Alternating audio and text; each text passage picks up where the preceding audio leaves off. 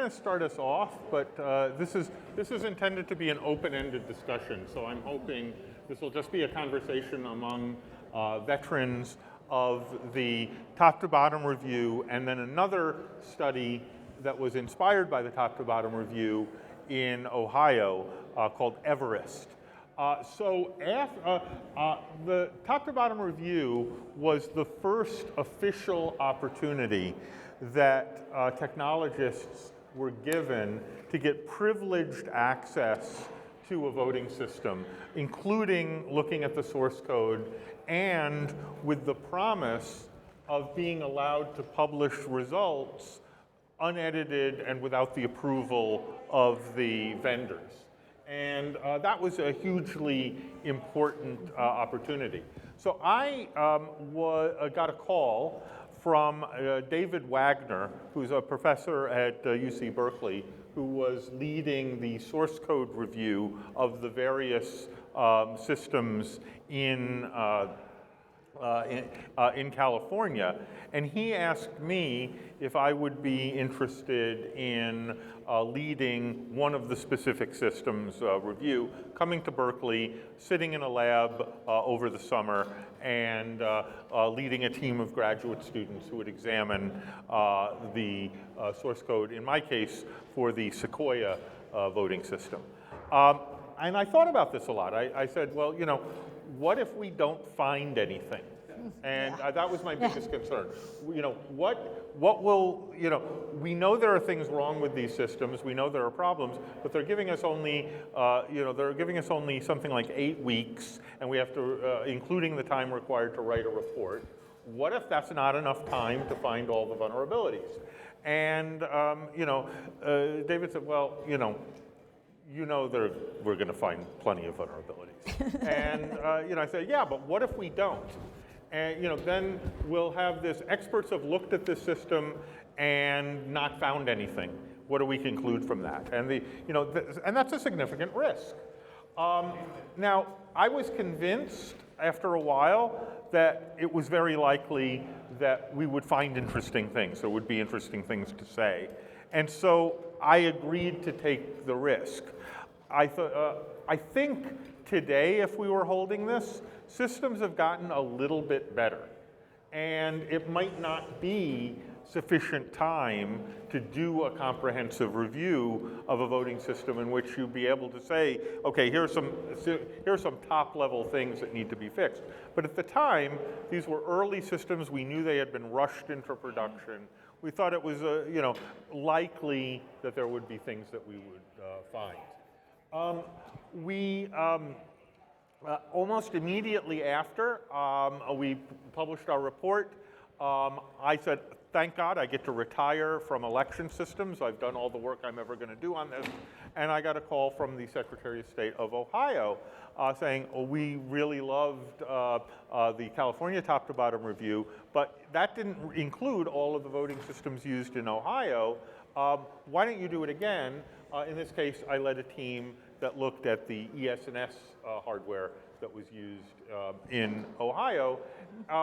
But I had the advantage that we learned from some of the mistakes we made in setting up the top-to-bottom review. We got access to all the hardware as well as the software in our lab for testing. That was helpful. And we also realized that between these two studies, we were covering about 90% of the voters in the country.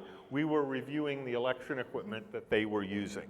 And so just 2 states were enough to examine the election systems used by the overwhelming majority of American voters. If I could jump in there. And so I also worked on both of these studies, and I was then from Ohio. But I need to flag for everyone what some very significant differences were between the Secretary of State. Oh, introduce yourself, by the way. I'm Candice Hoke. I was a law professor and head of the Center for Election Integrity at Cleveland State University, also the public monitor of Cuyahoga election reform. We ran lots of different kinds of technical, rather path-breaking technical evaluations of elections and election equipment. which is why the Secretary of State's Office of California called us, and we were thrilled.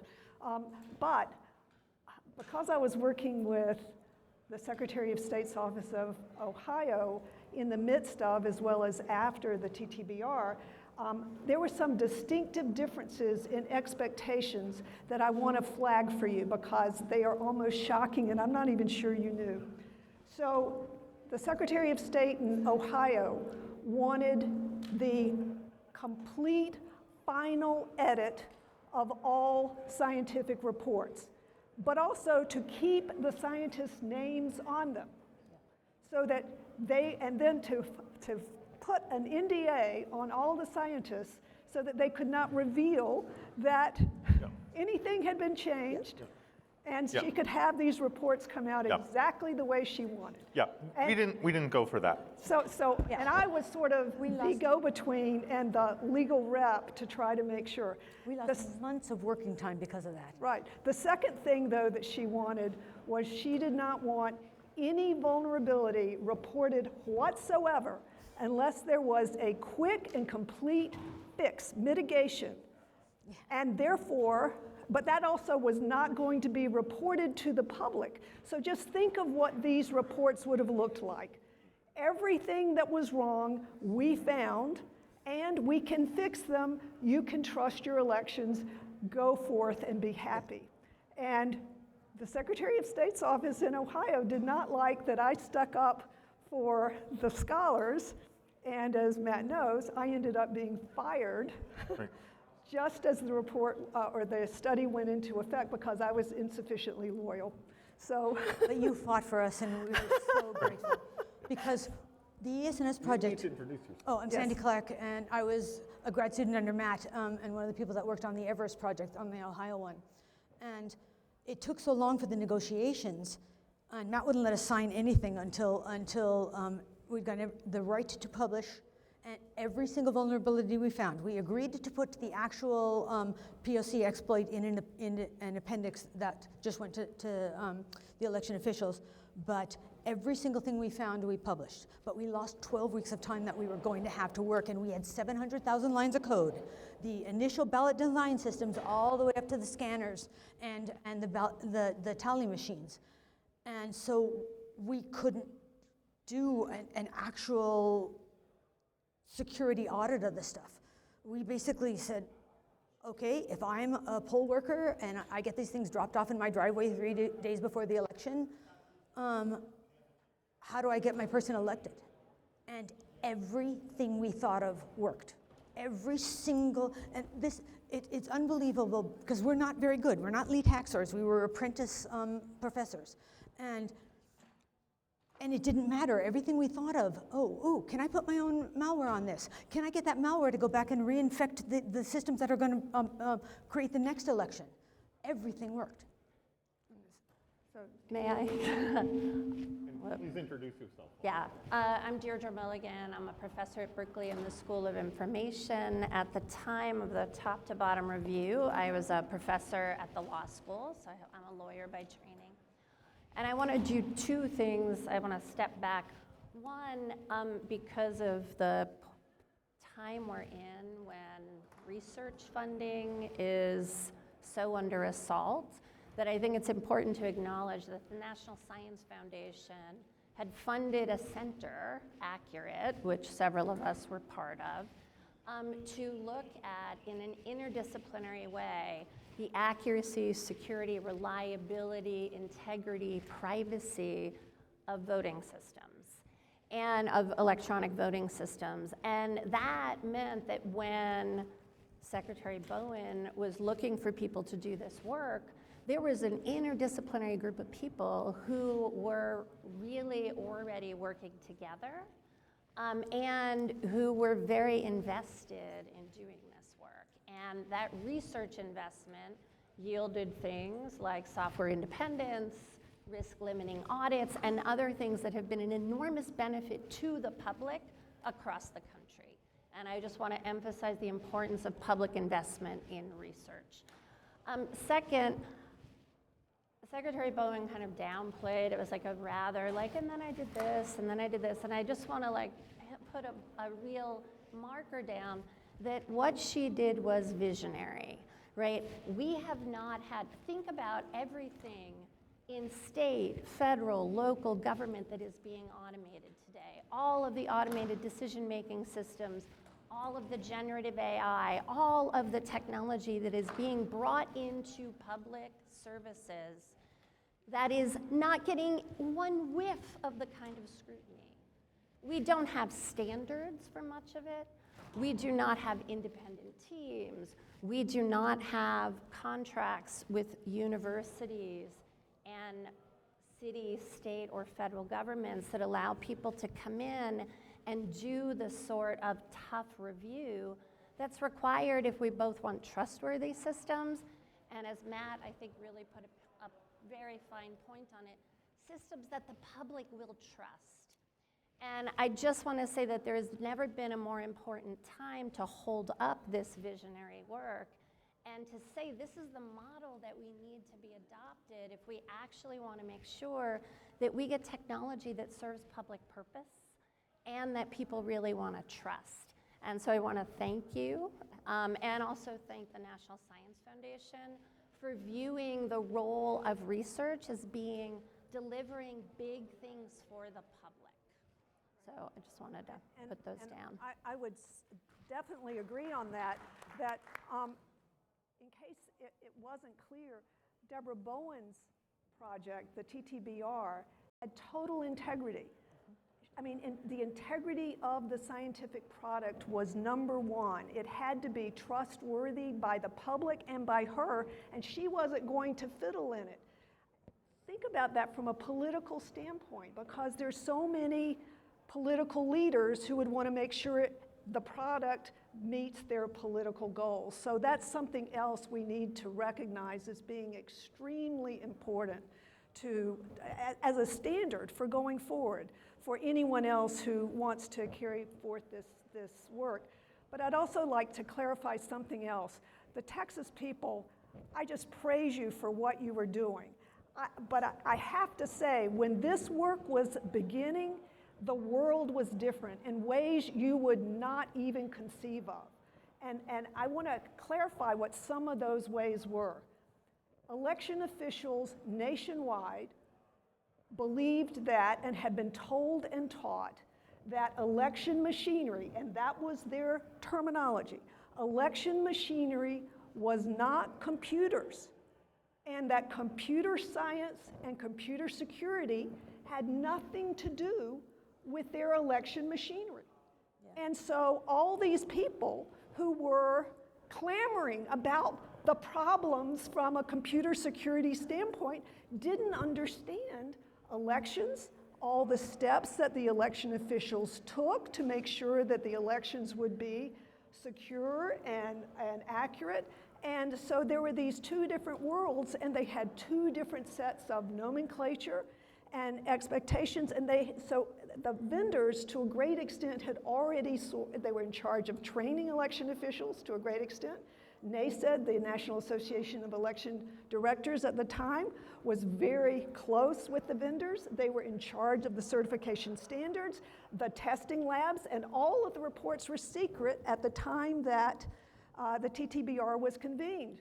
So these worlds were, you can't imagine what it was like to talk to election officials at high levels and low, and to hear them say that computer science had nothing to say about elections that was valuable. Is that true? Yeah. That's the way you feel? So, and there's an additional thing that went along with that, which was the Help America Vote Act, which gave a federally funded mandate that to the states, they got money to buy new machines. So all of a sudden, these two worlds were clashing in a cascade. Right. And you had a perfect storm, right? The vendor contracts, right, as a lawyer, of course, looking at the contracts, of course, no reverse engineering, but the only testing you're allowed to do is logic and accuracy testing. No accessibility testing, no security testing, no red team testing, no testing of any sort. No allowing other people to look at the system documentation, to look at the training materials, et cetera, right? And today, right, I bet if we look at contracts again, we would see similar sets of limitations on how people can examine this technology. But I want to point out that the, computerization of voting systems is a, game changer about how you have to examine them. We now know we have to acknowledge that these things are never going to be perfect. But in order to do that, we have to start by acknowledging that these are computers, right? That every part of this is a computer running software that is no better or worse necessarily than the software that you get a new security patch for every month, and that a new vulnerability gets found on any platform we use. So the shrewdest thing that's been done in election security that I'm aware of, and there was a great talk on this last year here from the Dutch election officials. The Dutch hacker that we all know, Rook, coined the term when the Netherlands government was looking at using touchscreen voting machines, coined the term voting computers instead of voting machines. And that caught on, and that led to an understanding that there was an inherent vulnerability in here. That term has caught on less in the United States than it has in Western parts of Europe. But it's a very, very important distinction, and that term deserves more currency. And even more important to focus, because the other machines, pre-electronic, lasted for 50, 60, whatever years, the ones that you would stick a pin in or something like that. When these new machines were bought, there was no one thought about the fact that a computer has to be updated. There are things, things change in the whole ecosystem that you're connected to, and the back-end system that's making the ballots and the one that's doing the tallying are just desktop PCs. These things need updating. So where were the provisions when the command went out to upgrade for the states to buy electronic machines? Where was the provision to maintain and upgrade? The ones we looked at are running Windows CE, they're running Windows 2000, they're running a very early version of Linux, and I would wager none of them have been changed since then, and that was, what, 2012? I was leading one of the documentation reviews, and our system was the Diebold system, the creme de la creme. But just to show you some of the documentation errors, all of these DREs and even the election management system came with, as you can imagine, administrative passwords already in, which were supposed to be changed. Well, in Cuyahoga County, when we did an evaluation of our failed election, we discovered that the admin passwords all over the system had not been changed. And we flagged it and then insisted that they be changed before the next election. Then we reviewed it again, we found they had not been changed. And then when I worked on the TTBR and I was able to find the documentation, lo and behold, the documentation for how to change the password did not work. And when I checked back at Cuyahoga County, they did say, yes, that was why we couldn't change our passwords, because how they told us to change the admin password was an error.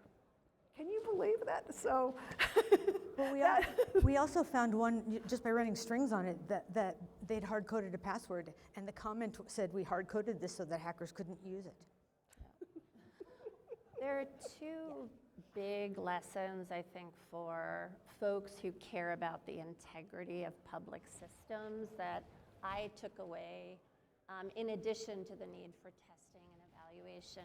And one, Matt and David flagged earlier, and we're going to hear from Ron Rivest later, but moving away from framing the problem of we need secure software to framing it, sorry, it's very loud, that we need secure, reliable, private, fair, accurate elections, despite the fact that software is buggy and might be malicious.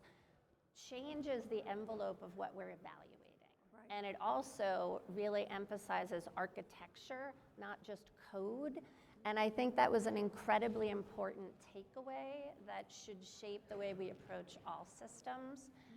And the second, this didn't come up too much, but there were, right, we have the HAVA money coming out. We've had this horrendous experience in the 2000 election. The disability community, the civil rights community very much wanted upgraded software yesterday. And the security, the privacy, the accuracy folks who'd been studying voting systems had not been talking all that much to the civil rights and the accessibility communities that also wanted robust software, but they were very focused on other attributes. And when we think about designing our systems, we need to be accounting for all of the values that have to be supported and reflected in them, because otherwise people end up being pitted against each other by vendor choices about what to prefer. Should we open for questions? Let's see. Just a couple of other background things. You can consider voting in the United States as a huge distributive system, because it's the different states, either Secretary of State or Lieutenant Governor, that decide who are the vendors that are going to have the right to sell. But it's the various precincts that mix and match from the vendors they're allowed to buy from. And then it's the counties themselves that put the elections on. So there's not a single county in the US that runs like any other county in the US. And so, yeah. So even trying to train poll workers on how to use things, or trying to, when they gave us all this, they just dumped everything on us and said, okay, now prove that we're insecure. We tried for about 2 weeks, right, to even design our own ballot, but we could not figure out from the documentation how somebody actually would create a ballot to run an election. So we had to go back to the vendors, and apparently most of the counties would actually have the vendors design their ballots for them. Where's the integrity, or how do you validate the integrity of that? And when you're talking about a touchscreen device, a little tiny bit of miscalibration, and it might look like you're voting for the person you're not, but the actual ballot that's counted will be for something else. Yeah, so we had the great advantage of being early on this, so all the low-hanging fruit was right there for us to take. Yeah. And what I remember in both the TTBR and the EVEREST studies was a mad dash of literally spending 48 straight hours in the lab, Yeah. typing in our report, and realizing our findings were limited by our typing speed. Yeah. We literally did not have time to write down everything we found, Right. and get it edited, and that was sobering. Now today, the stupid bugs that were all there and nobody had noticed because no one was allowed to look are mostly gone, right? They're probably shipping more robust systems today than they were in 2007, though we don't really know. No, think shell shock. No one has done this, since then.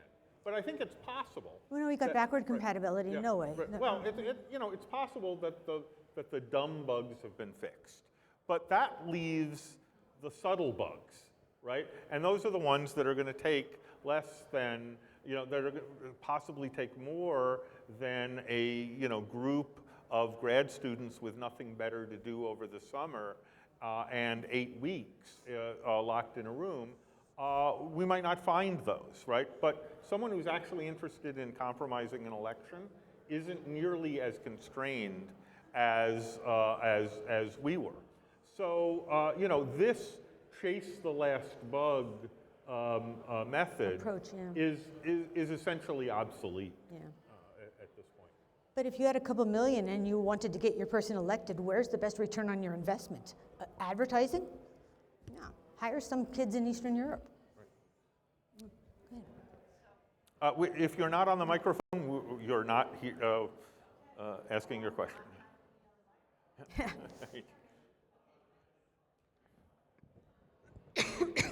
Excuse me. So I'm really struck by the fact that we are in a vendor capture system.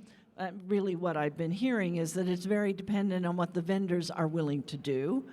And my sense is between 2007 and now, we're still working with off-the-rack computers that are tweaked a little bit to as quickly as possible to get them out into the market. Is there any place, and I think of the contrast, when we decided to send a man to the moon, we started from the ground up and we built a completely safe system.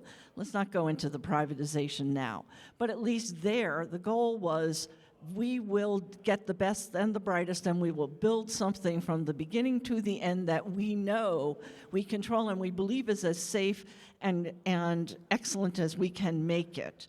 You contrast that to how we run our elections, and it's just mind-boggling. Is there any place where the government started, or whomever started, with a blank page and said, this is what we need to do to build a reliable system? We are building a reliable election system from the ground up that is not vendor-driven, that is voter and administration-driven. Does that happen anywhere in the world? So you know, I mean, LA tried to do that. There were some systems that were Norway, you know, built with a lot of input from specific election officials for specific places. One of the problems with these systems that are designed for individual places is there isn't a big enough market to make it worth productizing them if they've been customized to work. You know, this works great in LA County, but it doesn't meet the needs of anyone else in the country. So, you know, I think we're going to be stuck for a little while with suboptimal systems. And that's one of the reasons that the architecture of software independence is so important, because we're never going to be able to get that highly reliable. The highly reliable goal is probably unachievable given the requirements for elections. So I think. But even with something like formal verification on the code, if that code gets attached on some machine that wasn't part of the formal verification, that was outside of the assumptions of whatever you formally verified, you have no guarantee of security at that point. You've completely broken your model. So I'm going to cut us off with one more question, because we're eating into the time when Ron is going to tell us how to do it. Yeah.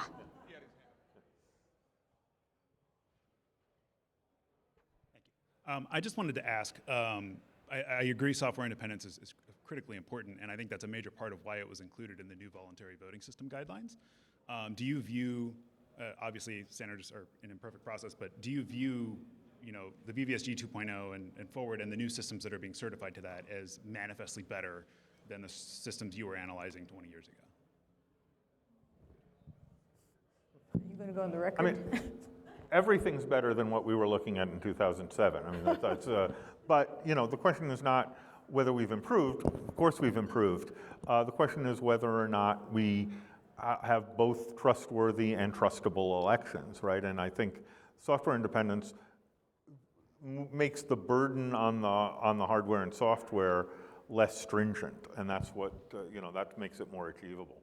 So it's less, you know, it's less that the systems have improved and more that our architectural model for them has improved. But thanks everybody, and now we get to hear about software independence. Yeah. Thanks, Matt. For all of the work that you